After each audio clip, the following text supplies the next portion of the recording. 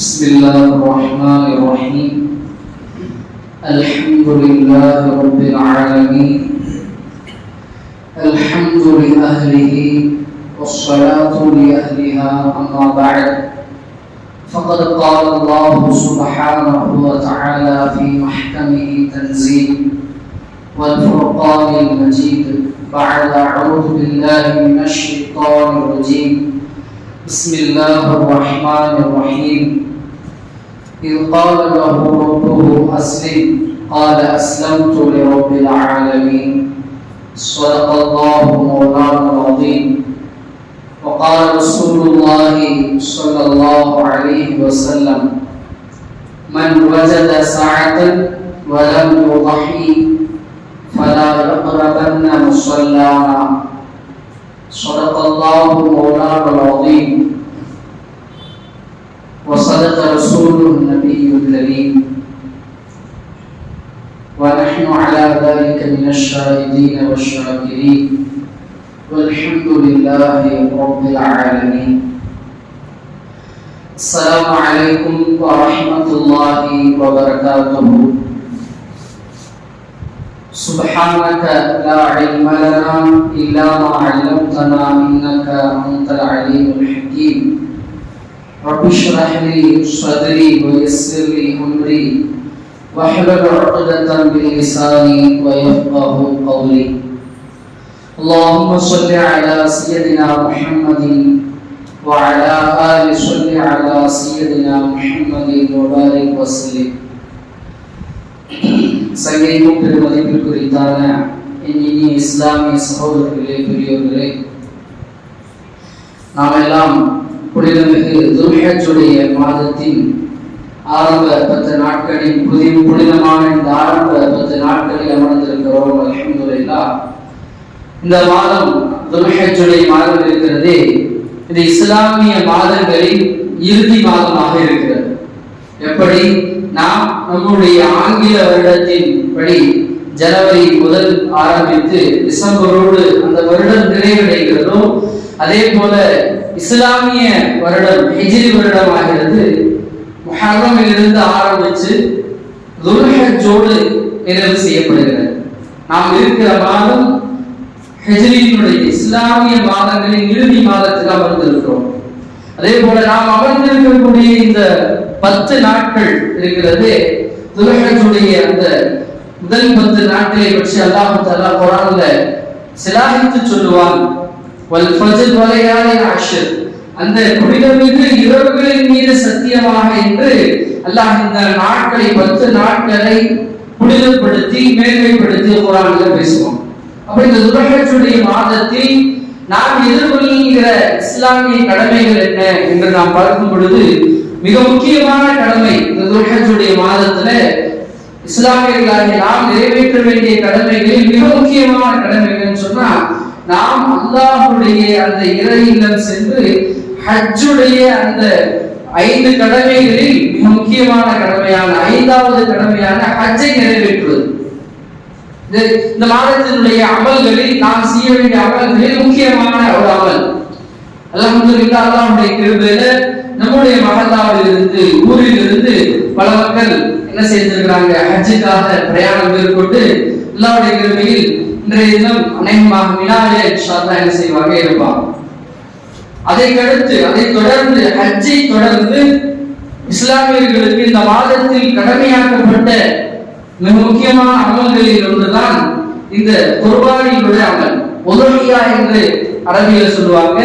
அதனால இந்த பெருநாளுக்கு ஈதுல் அத்ஹா என்று பெயர். உதுஹியா என்றால் பிராணியை அறுத்து பலியிடுவது. உதுஹியா என்று நாம் சொல்லக்கூடிய இந்த குர்பானியினுடைய கடமை இருக்கிறது, இது மிக முக்கியமான ஒரு கடமையாக இருக்கிறது. அந்தந்த காலகட்டத்தில் அந்தந்த சூழ்நிலைக்கு ஏற்றால் போல மக்களுக்கான கடமைகளையும் அல்லாஹ் வைத்திருக்கிறார். எப்படி நாம் ரமலான் மாதம் வந்த உடனே நமக்கு நோன்பு ஞாபகம் வருகிறதோ, அதே போல துல்ஹஜ்ஜுடைய மாதம் வந்தாலே ஹஜ்ஜும் குர்பானியும் தான் நம்முடைய நினைவில் இருக்க வேண்டும். இது முக்கியமான இந்த மாதத்தில் நாம் செய்ய வேண்டிய முக்கியமான 2 அமல்கள். ஏன்னா இந்த 2 அமல்களை இந்த 10 நாட்களை தவிர 2 நாட்களை செய்ய முடியாது. அப்ப இந்த குர்பானியுடைய இதனுடைய முக்கியத்துவம் என்ன? அல்லாஹ் தஆலா இந்த குர்பானியை எதற்காக கடமையாக்கி இருக்கிறார்? இதனுடைய நோக்கம் என்ன?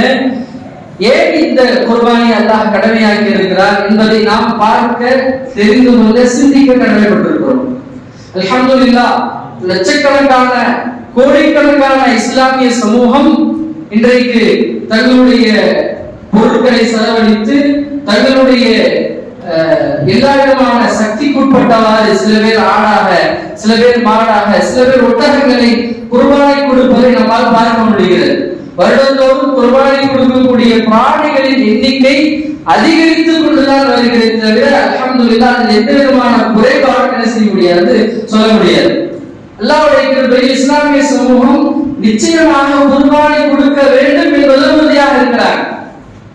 அது தொழுகையில் முன்னே இருந்தாலும் கூட குர்பானி என்று வரும் பொழுது பிராணியை அறுத்து பலியிடக்கூடிய பழக்கம் அது எல்லா இடத்திலும் பரவலாக இருப்பதை நம்மால் காண முடிகிறது. ஆனால் இந்த குர்பானியினுடைய நோக்கம் என்ன?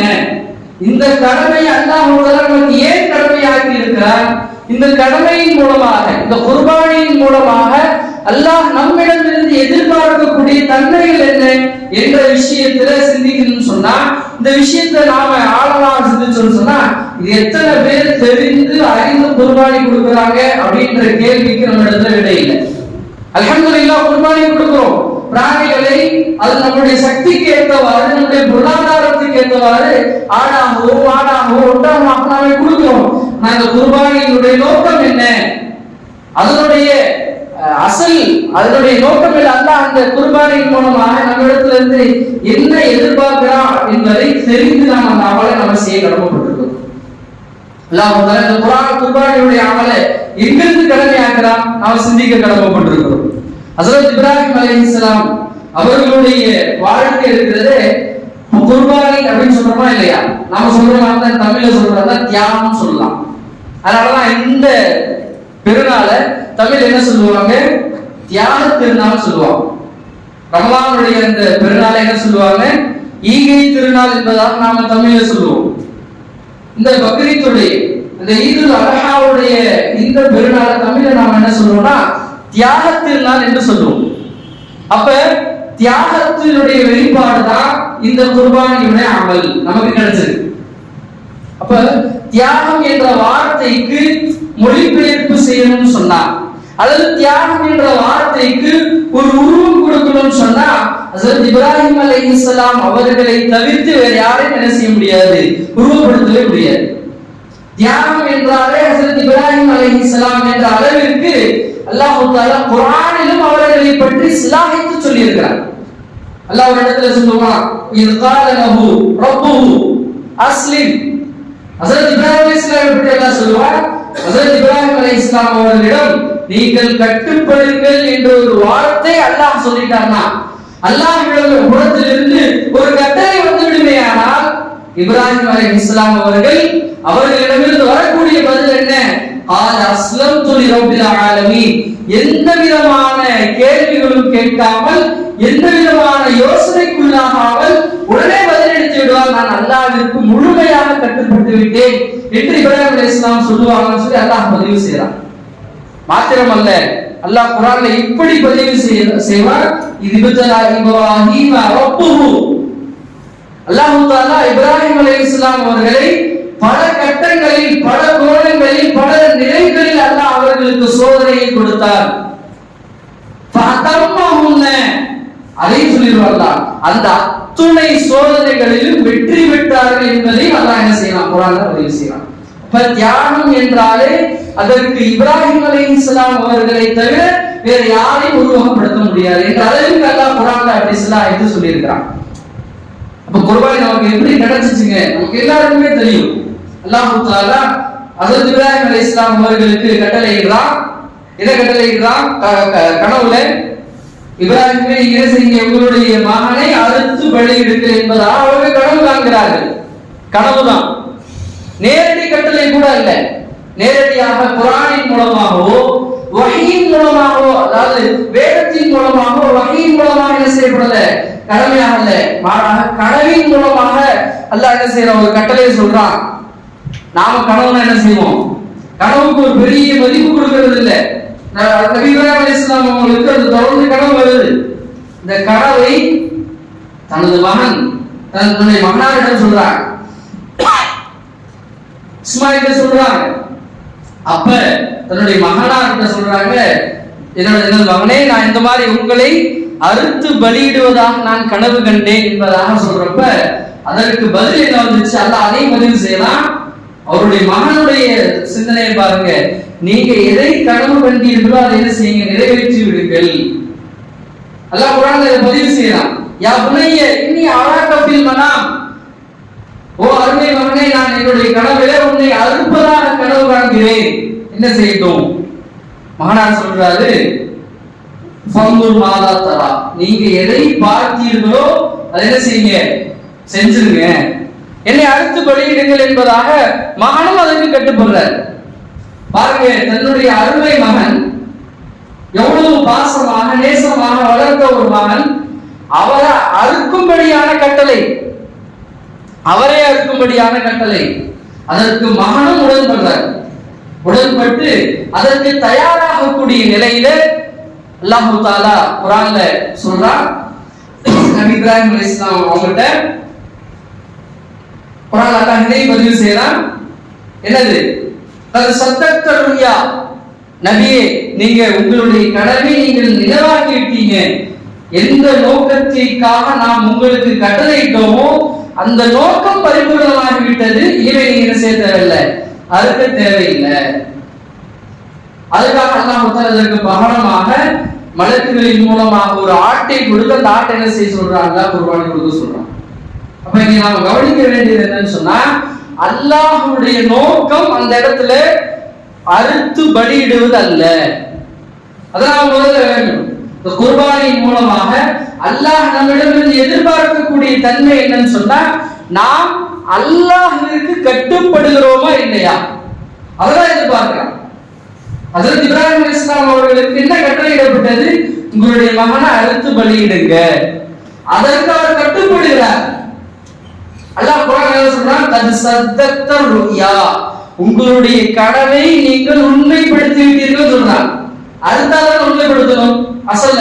ஏன்னா கனவுல என்ன பாக்குறாங்க, மகனை அறுக்கும்படி பாக்குறாங்க, ஆனா அறுக்கவே இல்லை. அதுக்கு முன்னாடி அல்லாஹ் என்ன செய்யறான், கட்டளை எல்லாம் கத் சத்தத்த ருயா, நீங்க என்ன செஞ்சிட்டீங்க, கனவை நிறைவாக்கி விட்டீங்க, உண்மைப்படுத்திட்டீங்க. அப்ப அல்லாஹ்விற்கு நோக்கம் தன்னுடைய மகனை அறுத்து பலியிட வேண்டும் என்ற நோக்கம் அல்ல, மாறாக இவர் எனக்கு கட்டுப்படுறாரா இல்லையா. எல்லா இடத்துலயுமே அதுதான். தன்னுடைய தந்தையோடு அவங்க என்ன செய்யறாங்க, தர்க்கம் புரியுறாங்க. அப்ப அவங்களுக்கு தெரியும், நாங்க ஒரு கால் தர்க்கம் புரிஞ்சோம்னா இந்த வீட்டை விட்டு வெளியே போகணும்னு தெரியும்.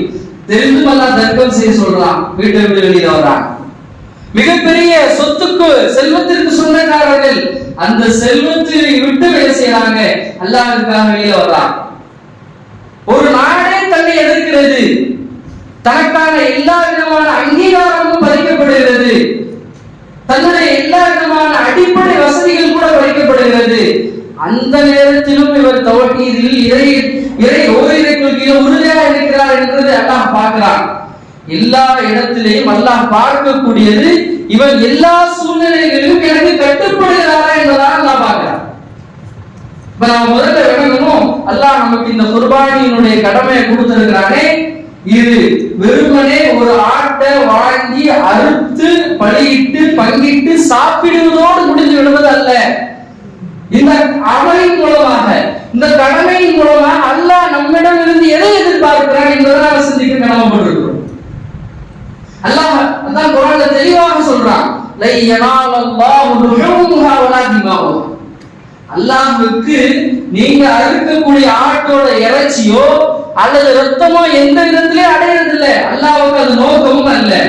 அல்லாஹ் இந்த குர்பானியின் மூலமாக, இந்த பிராணியை நீங்கள் அறுத்து பலியிடுவதன் மூலமாக உங்களிடமிருந்து எதிர்பார்க்கக்கூடிய தன்மை என்ன, நீங்கள் உங்களை முழுமையாக அல்லாஹ்விற்கும் இந்த மார்க்கத்திற்கும் அர்ப்பணிக்கணும். முழுமையாக இந்த மார்க்கத்திற்கு உங்களை ஒப்படைத்து விட வேண்டும். இதைதான் அல்லாஹ் எதிர்பார்க்கிறான். இதுதான் ஹஜ்ரத் இப்ராஹிம் அலைஹிஸ்ஸலாம் அவங்க செய்ததும் கூட. எந்த இடத்திலும் தன்னுடைய மனோ இச்சைக்கோ அல்லது தன்னுடைய அனுபவத்துக்கோ இடம் கொடுக்கவே இல்லை. தன்னுடைய கர்ப்பிணியான மனைவிய எந்த விதமான வாழ்வாதாரமும் இல்லாத ஒரு இடத்துல விட்டுட்டு போறாங்க.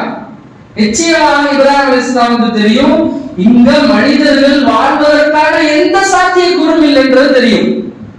அனுபவமும் சொல்லுது, தன்னுடைய மனமும் எழுது, தன்னுடைய ஆசை மனைவி நீண்ட நாள் கனவுக்கு பின் பிறக்க போவதற்கக்கூடிய தன்னுடைய குழந்தை ரெண்டையும் விட்டுட்டு போறாங்க. யாருக்காக? அல்லாஹ்வுடைய கட்டளைக்காக. இந்த தன்மையை தான் அல்லாஹ் நம்மிடமிருந்து இந்த குர்பானின் மூலமா எதிர்பார்க்கிறான். முதல்ல நாம இதை விளங்கணும். குர்பானி என்பது வெறுமனே நாம் சொல்ற மாதிரி பிராணிகளை அறுத்து பலியிடுவது அல்ல. அது ஏனைய கடமைகள் போது கடந்து விடக்கூடாது. ஆனால் இதன் மூலமாக அல்லாஹ் நம்மிடத்திலிருந்து சில தன்மைகளை எதிர்பார்க்கிறான். அதுல முதன்மையானது நாம அல்லாஹ்விற்கு கட்டுப்படக்கூடியவர்களாக ஆகணும். அதனால அல்லாஹ் சொல்றாங்க இல்லையா, நபி இப்ராஹிம் அலைஹிஸ்ஸலாமை பற்றி அறிமுகம் செய்யும் பொழுது இந்த வார்த்தையை சொல்றான், அவரிடத்துல அஸ்லிம், நீங்க அல்லாஹ்வுடைய கட்டளைக்கு கட்டுப்படுங்கள் என்று சொன்னா உடனே அவர் என்ன செஞ்சிருவாரு? கட்டுப்பட்டு விடுவார். எனவேதான் குர்பானியினுடைய அந்த முன்னாடி துவாக்கள் அவ்வளவு அருமையான ஒரு, அது நியத்துன்னு சொல்றதா துவான்னு சொல்றதா? சில பேர் துவான்னு சொல்லுவோம், அசல் அது என்னது? நியத்து. தயவு செஞ்சு யாரெல்லாம் அல்லாஹ்வுடைய கிருபையில குர்பானி கொடுக்குறோமோ அதை படிச்சு அதற்கான அர்த்தத்தை விளங்கி குர்பானி கொடுக்க முயற்சி செய்யலாம். இன்ஷாஅல்லாஹ் அல்லாஹ் அந்த நியத்துல அல்லாஹ் அழகா சொல்றான் பாருங்க, இன்னி வஜ்ஜஹது வஜ்ஹிய லில்லதி ஃபதரஸ் ஸமாவாதி வல் அர்த ஹனீஃபா. முதல் வாசகம் என்னன்னா, நான்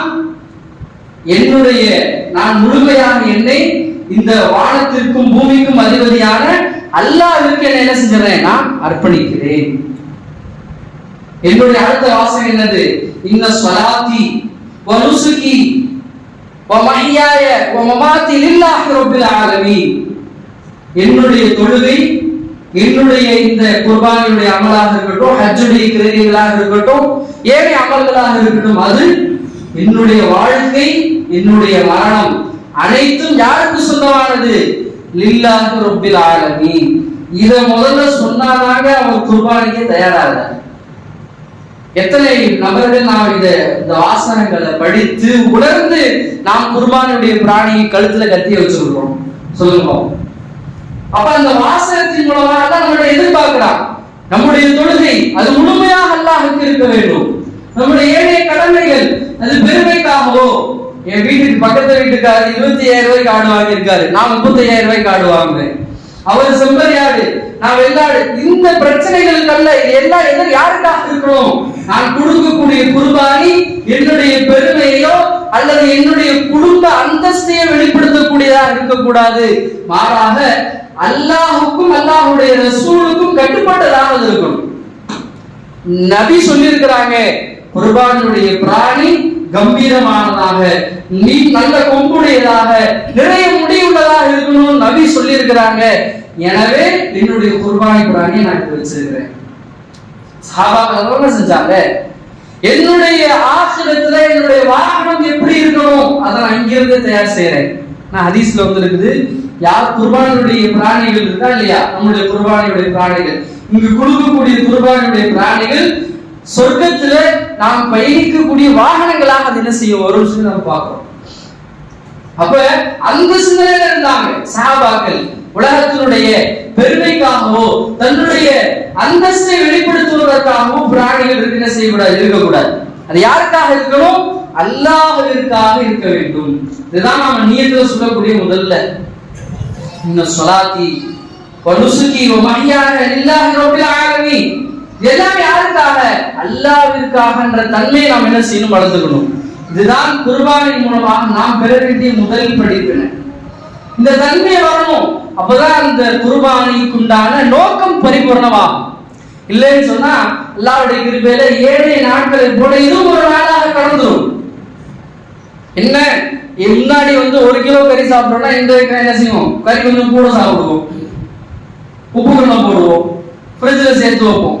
இப்படி கடந்துருமே தவிர மாறாக இந்த குர்பானின் மூலமா அல்லாஹ் நம்மிடமிருந்து எதிர்பார்க்கக்கூடிய தன்மைகள் எப்போ வரும்னா இந்த சிந்தனைகள், இதையெல்லாம் நாம சிந்திச்சு நாம அந்த குர்பானி பிராணியை அறுக்கும் பொழுதுதான் அந்த அந்த அல்லாஹ்வுடைய அந்த நோக்கம் பறிபோனவா? எனவே நாம் இந்த சிந்தனைக்கு நம்மை உட்படுத்த வேண்டும். நாம யோசிக்கணும், நம்முடைய ஒவ்வொரு செயல்களும் அல்லாஹ்வுடைய கட்டளைகளுக்கு உட்பட்டு இருக்குதா அல்லது அல்லாஹ்வுடைய கட்டளைகளுக்கு மாறாக இருக்கிறதா?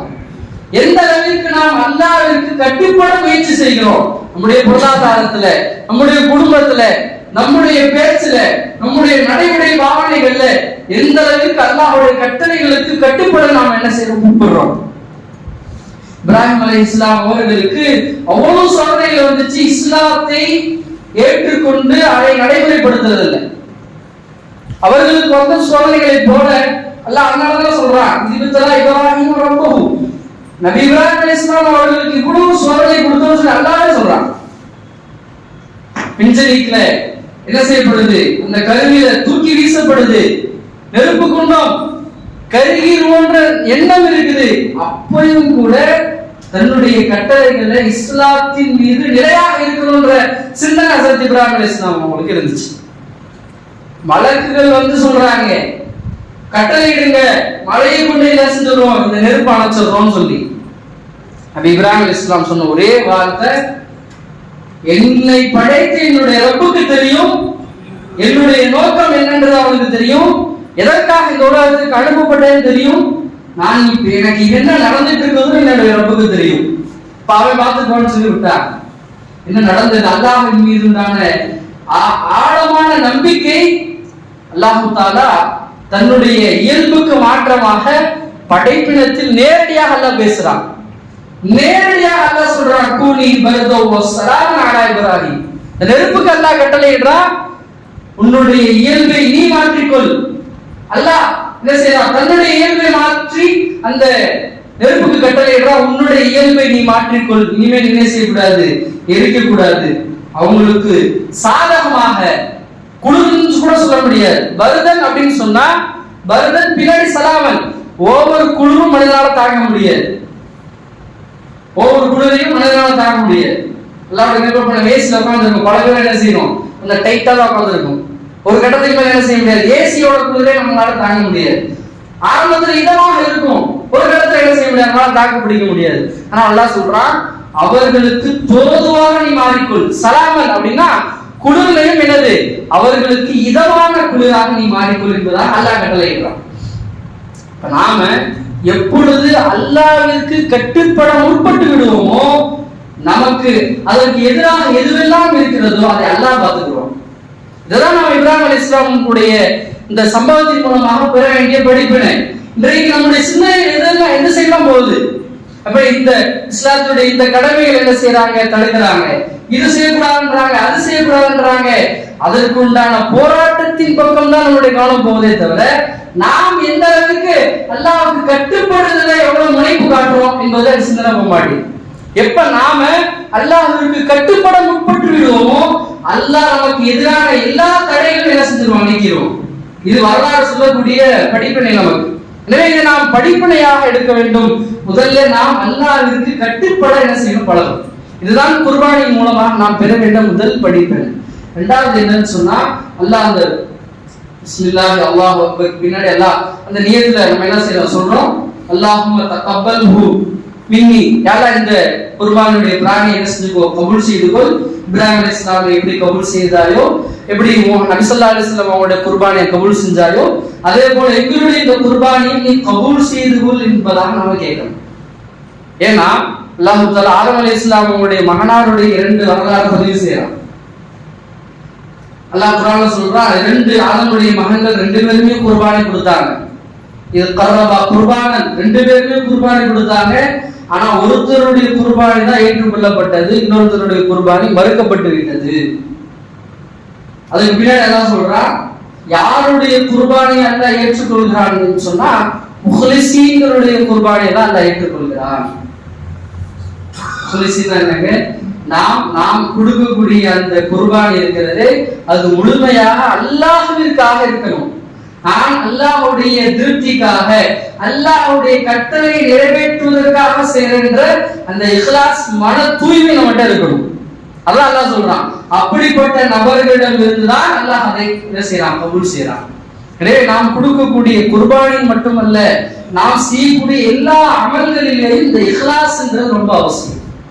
இஹ்லாஸ் அப்படின்னா என்னது? நாம் செய்யக்கூடிய எந்த ஒரு காரியமும் அது அல்லாஹ்விற்காக இருக்கணும். அமல்கள், எல்லா அமல்களும் நாம் செய்யக்கூடிய தொழுகை, நாம் ஓதக்கூடிய குர்ஆன் எல்லாமே அல்லாஹ்விற்காக இருக்க வேண்டும். இன்னொரு படி சொல்லணும்னு சொன்னா, நம்முடைய இஹ்லாஸுடைய அளவு எப்படி இருக்கணும்னா, சொர்க்கத்தை அடைவதற்காக கூட என்ன செய்யக்கூடாது? அமல் செய்யக்கூடாது. மாறாக அல்லாஹ்வை அடைவதற்காக நாம் என்ன செய்வோம்? அமல் செய்வோம். இந்த இரண்டு தன்மைகள் மிக முக்கியமான தன்மைகள் குர்பானின் மூலமாக.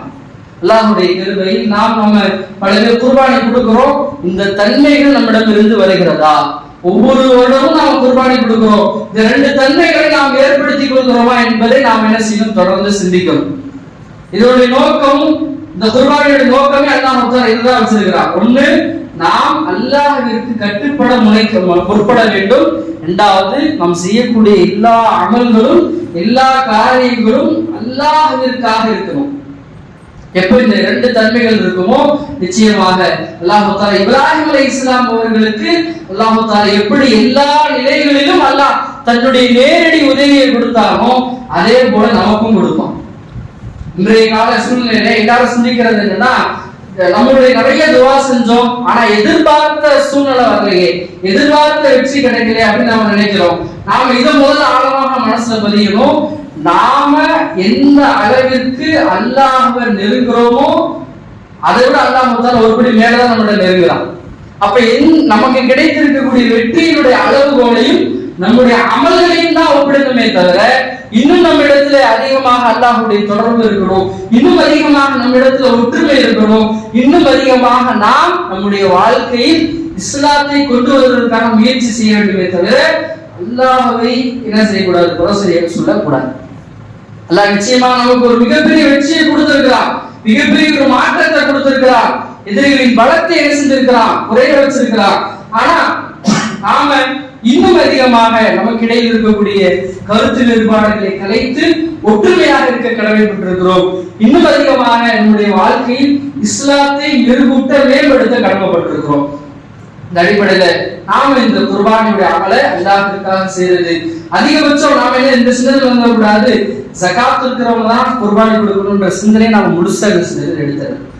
யாருக்கு அல்லாஹ் தஆலா ஹதீஸ்ல வந்திருக்குது, யாருக்கு அந்த பெருநாளுடைய செலவினங்கள் போக யாரிடத்துல ஒரு அதிகப்படியான பணம் இருக்கிறதோ அவருக்கும் எனது குர்பானி கொடுப்பது அவர் மீது கடமை. எனவே நாம முடிஞ்ச அளவு நமக்கு ஒரு வீட்டுக்கு அன்னைக்கு 5,000 ரூபாய் நமக்கு தேவைப்படும்னு சொன்னா அதுக்கு மேல் மிச்சமாக 10,000 ரூபாய் நம்ம கையில இருக்குதுன்னு சொன்னா ஒரு 2,000 ரூபாய் போட்டு ஒரு ஆடை வாங்கி கொடுத்துறது இல்லைங்க. 5,000 ரூபாய் குடும்ப செலவுக்கு இருக்குது, ஏண்ட ஒரு 3,000 ரூபாய் 4,000 ரூபாய் தான் இருக்கு அப்படின்னு சொன்னா கூட்டு குர்பானியில சேர்த்துறது. அப்படி இல்ல, என்கிட்ட 1,500 1,600 தான் இருக்குதுன்னு சொன்னா அல்லாஹ்வுடைய அதற்கான வழிகாட்டுதலும் இருக்குது. 1,200 ரூபாய்க்கு கூட இன்றைக்கு கூட்டு குர்பானிகள் கொடுக்கப்படுது.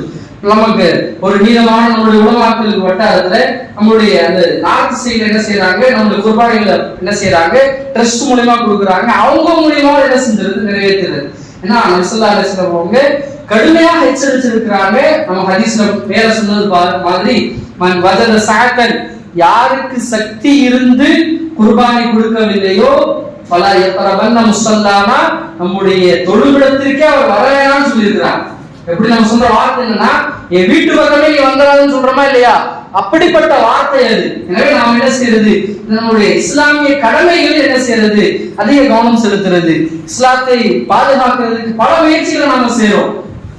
இதனாலதான் இஸ்லாம் பாதுகாக்கப்பட்டுரும், இதனாலதான் இஸ்லாம் பாதுகாக்கப்பட்டுரும், இவங்க வந்தா இஸ்லாம் பாதுகாக்கப்பட்டுரும் நினைக்கிறோம். ஆனா இமாம் ஹுசைன் அப்துல் மதனி ரஹ்மத்துல்லாஹி அலைஹி சொல்றாங்க, இஸ்லாம் என்பது கட்டிடம் அல்ல, இது சிலை அல்ல. நீங்கள் பாதுகாப்பதற்கு இஸ்லாத்தை பாதுகாக்கணும்னு சொன்னா உங்களுடைய வாழ்வியல் தான் நீங்கள் பாதுகாக்க முடியும். எனவே இஸ்லாமிய கடமைகளான இந்த குர்பானியை எல்லோரும் செய்யணும்.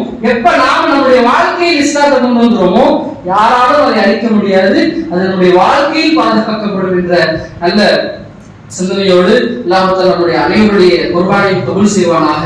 நம்முடைய அனைவருடைய இந்த ஈதுல் நம்முடைய குர்பானி பிராணிகளையும் அல்லாஹ் திடகாத்திரமானதாக ஆக்கி வைப்பானாக. நம்முடைய எல்லா அமல்களையும் அல்லாஹ் கபூல் செய்வானாக.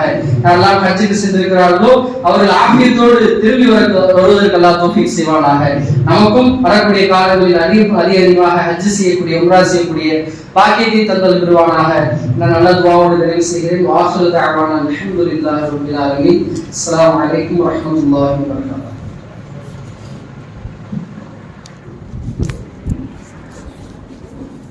அல்ஹம்துலில்லாஹ். இந்த குர்பானியுடைய சம்பந்தமாக அல்ஹம்துலில்லாஹ்